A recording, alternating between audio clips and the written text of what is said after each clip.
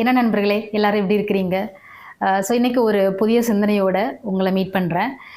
வாழ்க்கையில தற்காலிகமா ஏற்படுற ஒரு தோல்வியினால, நம்ம எடுக்கிற முயற்சிய கைவிடுறதுனால, விளையிற ஒரு விளைவு மிகப்பெரிய தோல்வி, இல்ல? ஸோ, அந்த மாதிரி தோல்வி வாழ்க்கையில என்னைக்குமே நம்மளுக்கு வலிய குடுத்துட்டே தான் இருக்கும். இதுக்கு உதாரணமா, அ அதாவது இந்த தோல்விய நம்ம எப்படி ஓவர் கம் பண்ணி வரணும் அப்படின்றதுக்கு உதாரணமா ஒரு சின்ன ஸ்டோரி சொல்றேன். அதாவது அமெரிக்காவுல டார்ஃபின்ற ஒருத்தர் இருந்தாரு. அவருக்கு பார்த்தீங்கன்னா, தங்கத்து மேல அவ்ளோ ஒரு அலாதி பிரியம்.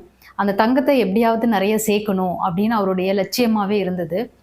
அதுக்காக கொலராடோ அப்படின்ற ஒரு மாநிலத்தோட மேற்கு சைடுல பார்த்தீங்கன்னா, அவர் ஒரு டிராவல் பண்றாரு. டிராவல் பண்ணி அந்த காலகட்டத்தில பார்த்தீங்கன்னா, தங்க சுரங்கங்கள் தோன்றதுல மிகப்பெரிய ஒரு காம்படிஷன் இருந்தது.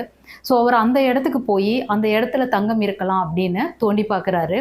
அப்படி தோண்டி பார்க்கும்போது, அதில ஆச்சரியப்படுற விதமா அவருக்கும் சில விஷயங்கள், தங்கங்கள் கிடைக்குது. மறுபடியும் என்ன பண்றாரு, அவருடைய ஊருக்கு திரும்பி வந்து, அவருடைய ஃப்ரெண்ட்ஸ் அண்ட் ஃபேமிலிட்ட இதெல்லாம் சொல்லி ஹெல்ப் கேட்குறாரு. அவங்களும் அவருக்கு ஒரு இயந்திரத்த வந்துட்டு வாங்கி குடுத்து, அந்த தங்கத்த எப்படி எடுக்கலாம் அப்படின்ற மாதிரி ஹெல்ப் பண்றாங்க. அவரு அவருடைய மாமாவ கூட்டிட்டு அகைன் அந்த இடத்துக்கு போறாரு. போயி அவரு அந்த சுரங்கத்த தோண்டும்போது, அவருக்கு அதுலருந்து நிறைய தங்கங்கள் கிடைக்குது. அத வந்துட்டு அந்த தங்கத்த அவரு ஏற்றுமதி பண்ணி, அந்த தொழிற்சாலைக்கு அனுப்பிச்சு, அது எல்லாத்தையும் உருக்காலையில உருக்கி சேல் பண்றாங்க.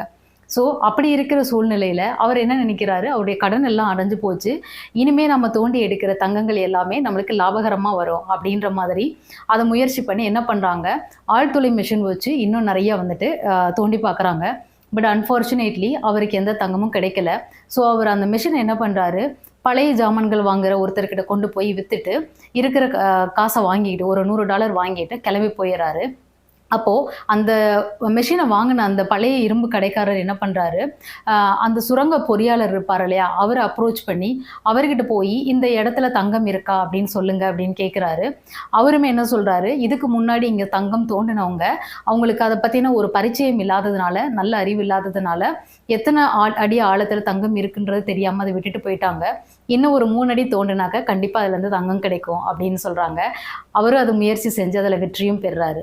இதில என்ன அப்டின்னா, ஜஸ்ட் ஒரு நூல் இழையில அவர் இன்னும் கொஞ்சம் முயற்சி பண்ணியிருந்தாருன்னா, அவருடைய கனவு அது நனவாயிருக்கும் அந்த இடத்துல. பட் அந்த இடத்துல அவர் அத வந்துட்டு விட்டுட்டு போயிட்டாரு. இதுக்கு மேல எதுவும் இல்ல. இதுக்கு மேல நடக்கிறதுக்கு ஒண்ணும் இல்ல அப்படின்னு சொல்லிட்டு. அப்படிதான் நாமளும் வாழ்க்கையில நம்மளுக்கு ஆசைப்பட்ட விஷயங்கள பல முயற்சிகள் எடுக்கிறோம். அந்த வெற்றி கைக்கு எட்டுற கொஞ்ச தூரத்துல இருக்கும்போது, நம்ம அத அசால்ட்டா விட்டுட்டு போயிர்றோம். இல்ல விரக்தியில விட்டுட்டு போயிர்றோம். இந்த விஷயம் உங்களுக்கு என்ன சொல்ல வருதுன்றது புரிஞ்சிருக்கும்னு நான் நினைக்கிறேன். என்னைக்குமே முயற்சிய கைவிடாதீங்க.